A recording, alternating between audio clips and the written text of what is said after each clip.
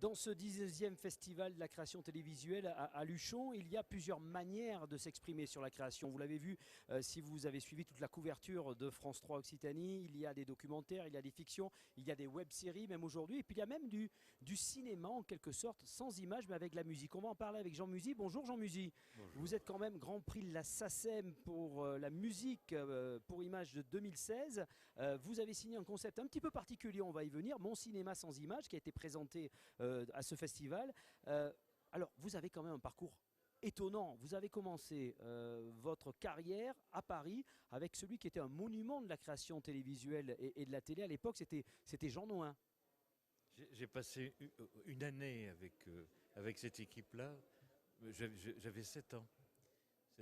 On enregistrait des émissions de radio pour Radio Luxembourg dans un théâtre qui s'appelle toujours le Théâtre d'Onou. Et qu'est-ce que vous faisiez à 7 ans? Et j'accompagnais les chanteurs. Parce que moi j'étais pianiste, j'ai commencé à faire du piano, j'avais 3-4 ans. Et comme j'étais dans un milieu où on ne faisait pas de musique classique, j'écoutais la radio. Donc j'écoutais les chansons qui étaient en vogue à l'époque.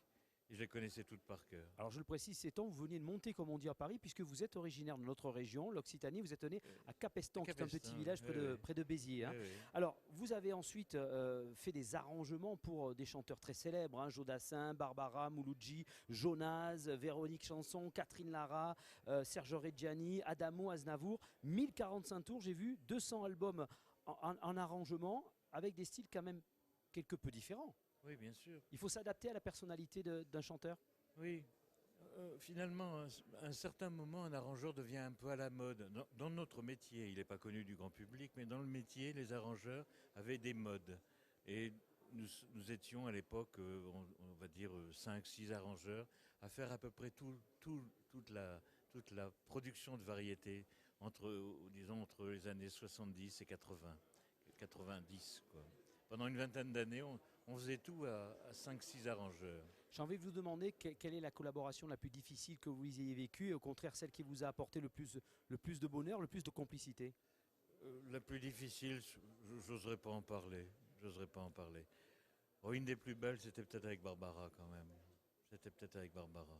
Mais j'en ai vécu tellement de si belles avec Yves Duteil, avec Il était une fois, j'ai encore rêvé d'elle. Le groupe Il était une fois. Alors, vous avez vu d'ailleurs une évolution dans cette chanson, dans la manière de faire la chanson avec plusieurs générations de chanteurs. Oui.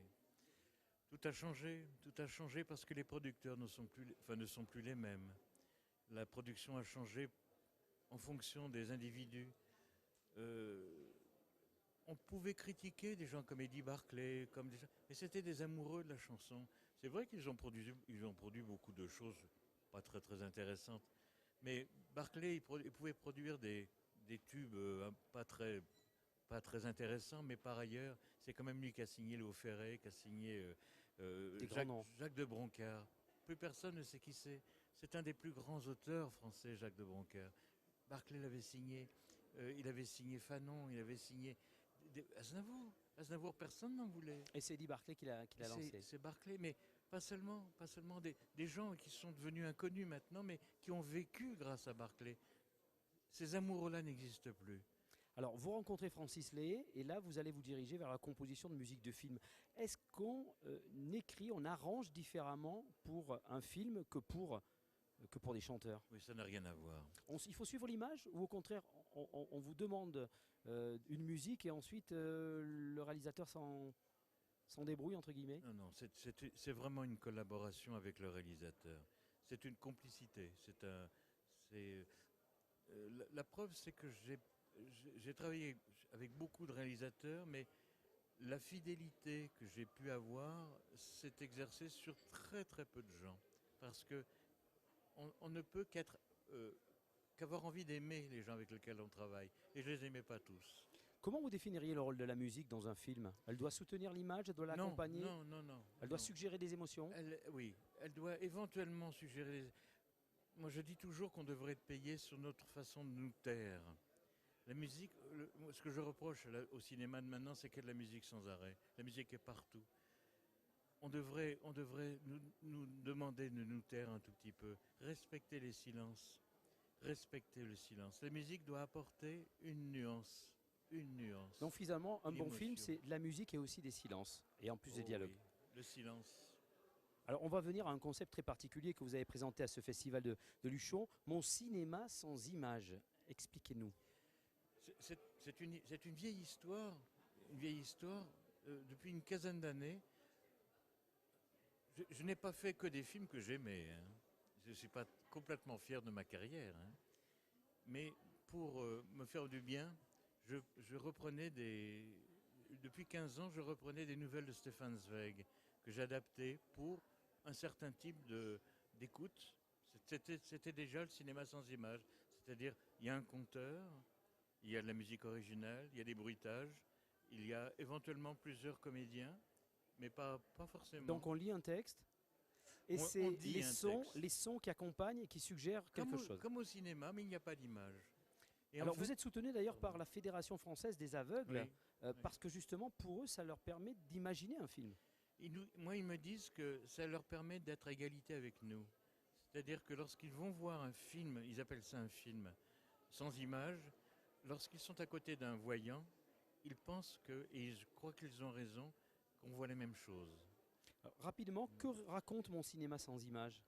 Alors, soit ce sont des nouvelles de Stefan Zweig, soit je me suis avec Anne-Marie David qui m'a aidé à transporter le concept parce que moi il a été resté dans mes tiroirs, hein. C'est elle qui a travaillé vraiment elle est tombée amoureuse de ce concept. Mais moi je n'ai pas fait grand-chose finalement pour le lancer. En supposant qu'il s'est encore lancé, il est encore balbutiant, hein. Mais quelle est votre question? Non, ma question simplement c'était que raconte cette histoire. Vous Alors, avez dit c'est une nouvelle de Stéphane Werk Alors, finalement. soit ce sont des nouvelles de Stefan Zweig, soit, là, ces derniers temps, on a raconté, par exemple, la biographie de Louis Braille. Et là, on vient de faire un film qu'on a projeté hier sur l'histoire de la Fédération française des aveugles, Et qui a toujours, 100 ans, toujours sans images, sans image. mais avec effectivement des Oui. suggestions. Vous avez un projet qui s'appellera PAO, qui va être monté en 2017-2018, Oui, c'est ça? oui. Là, par contre, on est plus sur, on est sur le même concept ou? Non, non, c'est autre chose. C'est un opéra. Je monte avec mon fils, avec Anne-Marie toujours. Et bon, enfin, j'espère qu'il verra le jour. Ben, je l'espère aussi. J'espère qu'il Merci, verra le jour. Non, merci c'est moi Jean qui vous Musy remercie. d'être venu nous parler de ce cinéma, Mon cinéma sans images, qui a été présenté au festival ici de la création télévisuelle de Luchon. Et si vous voulez en savoir plus sur ce concept, sur ce spectacle, moncinémasansimages.com.